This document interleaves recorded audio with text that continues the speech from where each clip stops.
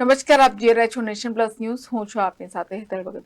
ડભોઈ તાલુકામાં નર્મદા કેનાલના જમણના પાણી રેલવે ગરનાળામાં ઉભરાઈ આવતા લોકો પરેશાન થયા છે. ડભોઈ તાલુકાના નળા વસાહત પાસે રેલવે ગેટ નંબર 5 પાસેના ગરનાળાની છેલ્લા ઘણા સમયથી સમસ્યા છે. નર્મદા કેનાલમાંથી જમતું પાણી ગરનાળામાં ભરાઈ રહેતું હોય વાહન ચાલકો અને રહીશોને આવન જાવનની તકલીફનો સામનો કરવો પડે છે. તંત્ર દ્વારા મશીન મૂકી ગરનાળાની નજીકમાં જ પાણી ખાલી કરાય છે, જેથી પાણી પાછા ભરાઈ જાય છે. ગરનાળામાં પાણી ભરાઈ રહેતા હોય વાહનો ફસાઈ જવાના બનાવ બનતા હોય છે. ડભોઈથી નળા વસાહત, બોરબાર, થરવાસા, હબીપુરા જેવા ગામોના રોજિંદા વાહન વ્યવહાર વ્યાપક અસર પડે છે. બારેમાસ આ રેલવે ગરનાળામાં ચોમાસા જેવી સ્થિતિ જોવા મળે છે. તંત્ર આયોજનબદ્ધ કામગીરી હાથ ધરી આ સમસ્યાનો કાયમી ઉકેલ લાવે તેવી માંગ ઉઠી છે.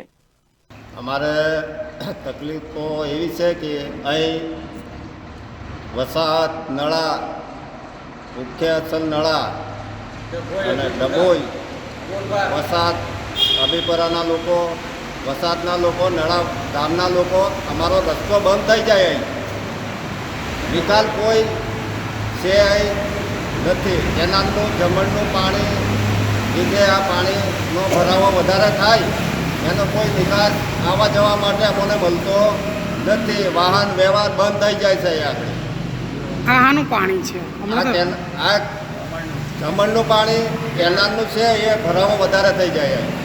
એટલે અમારે કોઈ અહીં નિકાસ હાલનાર કોઈ વ્યક્તિ મળે ના.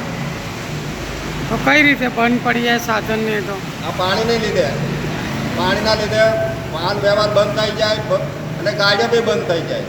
અહીં મારે ડભોઈ જવા માટે, બોરબાર જવા માટે, નળા જવું હોય, અભીપુરા જવું હોય તો મારે રસ્તો બંધ થઈ જાય. ને થોડા દિવસ પહેલાં મારી ગાડીમાં અંદર એન્જિનમાં પાણી ભરાઈ દીધું, તો મારે ઓઇલ બદલાયું 500 રૂપિયાનું. તેનો મારો હું કોઈ ખર્ચો લેનો. ગાડી બંધ પડી જાય પછી 2 માણસ લઈને મારે ગાડી બહાર કાઢવી પડી ખેંચીને. તો શાનું પાણી છે? આ કેનાલનું જમણ પાણી આવે અને પાણી કાઢે તો નજીક જ પડે. એ પાણી પાછું તૈયારીમાં આવી જાય અંદર જમણ. એનો આગળ નિકાલ જ નહીં. મશીન જઈ ચાલુ કરે તો જ ધૂધવો પડે અને ત્યાંથી પાછું તરત જ એક પાણી અંદર આવી જાય. આગળ થોડું આગળ દૂર કાઢે તો રાહત મળે. આમાં એ તકલીફ છે. Bilal Bhurawala, nation plus news, Dabhoi. સમાચારોના સતત અપડેટ માટે નેશન પ્લસ ન્યૂઝના યુટ્યુબ ચેનલને સબસ્ક્રાઇબ કરો, બેલ આઇકન દબાવો અને ફોલો કરો ઇન્સ્ટાગ્રામ, ફેસબુક અને ટ્વિટર પર.